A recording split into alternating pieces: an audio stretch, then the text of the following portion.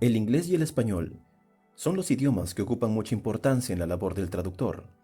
Actualmente, hablar de cada lengua y sus particularidades son gracias a los aportes de una lingüística comparada. Distintos autores se han encargado de caracterizar a las lenguas desde este enfoque. De esta manera, centramos nuestra atención en su trayectoria en la historia, el efecto que produce en el lector y en la competitividad de su uso en la traducción. Todo ello se resume en lo que abordaremos como el genio de la lengua en el campo de la traducción. Empecemos.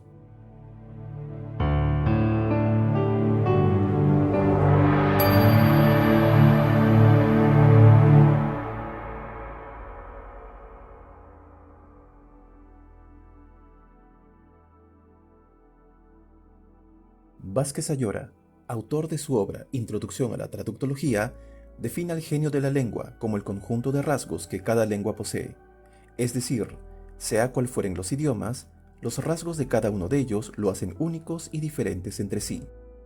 Desde este punto de vista, toda lengua posee un espíritu propio, es decir, un proceder privativo y singular que la constituye. En otras palabras, una preferencia secreta. Esta se encuentra de algún modo oculta para quien posee un conocimiento superficial de una lengua determinada, y no es posible captarlo sin un conocimiento exhaustivo del idioma en cuestión. A partir de este perfil del genio de la lengua, nos resulta posible pensar que cada idioma posee una personalidad singular, que lo hace único e irrepetible. Las reflexiones acerca del genio de la lengua comenzaron hace varios siglos. Una primera aproximación se gestó durante el periodo artístico conocido como el Cinquecento italiano, gracias a los humanistas, que reconocían y valoraban las diferencias entre lenguas, las consideraban vivas y dinámicas. La preocupación de la época residía en la imposibilidad de realizar una traducción fiel, ya que llevar a cabo una descripción exhaustiva de todos los principios que regían las distintas lenguas no era realizable. Se pensaba que existía una cuota de misterio. Esta creencia fue compartida por Joachim du Bellay, poeta francés del siglo XVI. Du Bellay utilizó la expresión «je ne sais quoi», no sé qué, para referirse a las propiedades auténticas y ocultas de cada lengua, es decir, aquella elegancia natural que no podía reproducirse en una traducción. Asimismo, Voltaire, reconocido filósofo y escritor francés, esbozó su propia definición en Encyclopédie de 1757.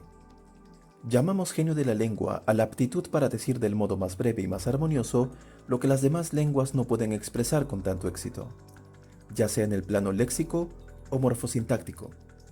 Ya en el siglo XX, autores como Sapir intentaron acercarnos a una perspectiva que retomaba el componente estructural de la lengua, pero que debía ir más allá de lo meramente descriptivo y comparativo.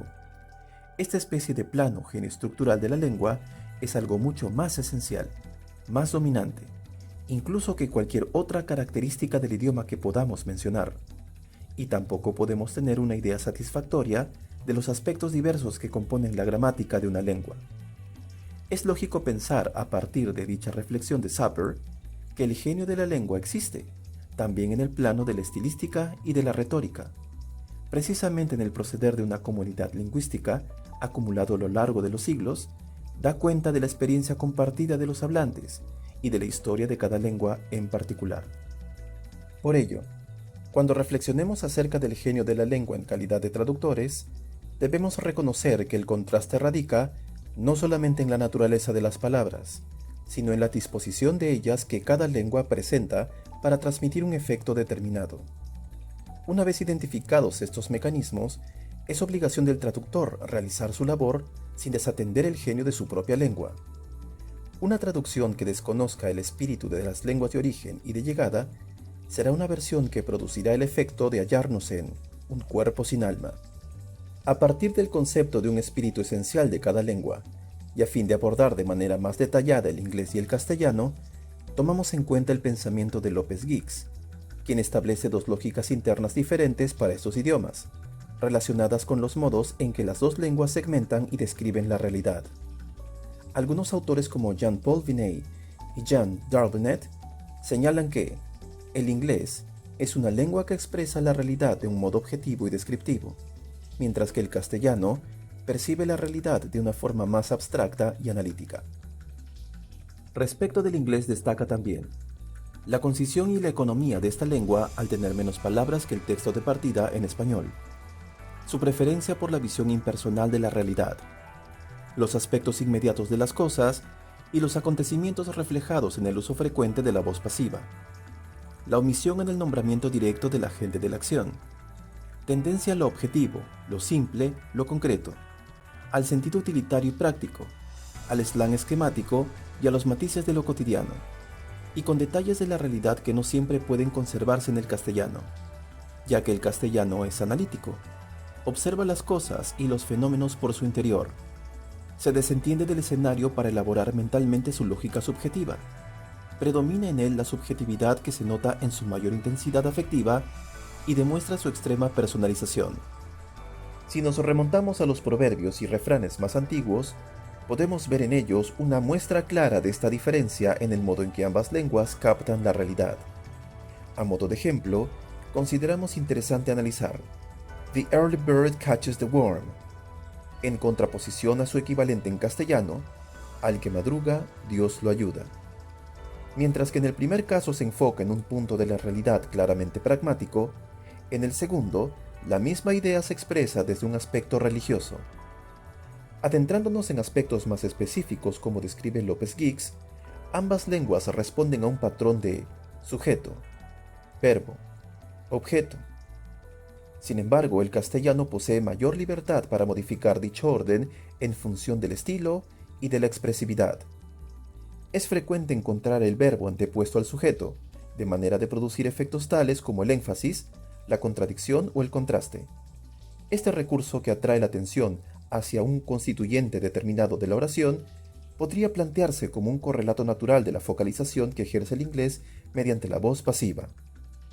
En suma, y en concordancia con López Guix, podemos afirmar que la necesidad misma de la traducción confirma que cada lengua presenta un patrón único en el campo fonológico, léxico y gramatical que le confiere una identidad lingüística particular, y que, en combinación con el desarrollo histórico y cultural de las comunidades hablantes que la utilizan, ha forjado lo que románticamente se denomina espíritu. Con estas palabras en mente, resulta imposible reducir la labor del traductor a una simple cuestión de corrección y estilo, y hacer a un lado a este genio de la lengua. Si bien aún es un concepto complejo para la traductología, su existencia es innegable, ya que esto conforma el espíritu de cada lengua. Ningún traductor debería pasar por alto su importancia. En este sentido, consideramos que la competencia del profesional implica, entre otras cosas, conocer a fondo los giros y matices que conforman el espíritu de cada lengua y ser capaz de expresarlos en la traducción. En otras palabras, ser agente transmisor y conector de ambos genios. Solo al conocer las preferencias de cada uno, el traductor podrá producir un texto que resulte natural para los lectores de la lengua meta, sin descuidar el sentido del original. De alguna manera el traductor tiene la oportunidad de ser el puente entre culturas, el mediador lingüístico, ese agente vivo de dos procederes únicos. Interpretarlos con la mayor precisión posible es condición para desarrollar una tarea profesional exitosa. Si este video te ha sido útil, agradezco tu aprobación al marcar manito arriba y también suscribiéndote a este canal al marcar la campanita para notificarte y brindarte más videos. También agradezco que compartas este video y me brindes tus opiniones o alguna petición de algún tema que necesites para más información a profundidad. Un saludo y muchas gracias.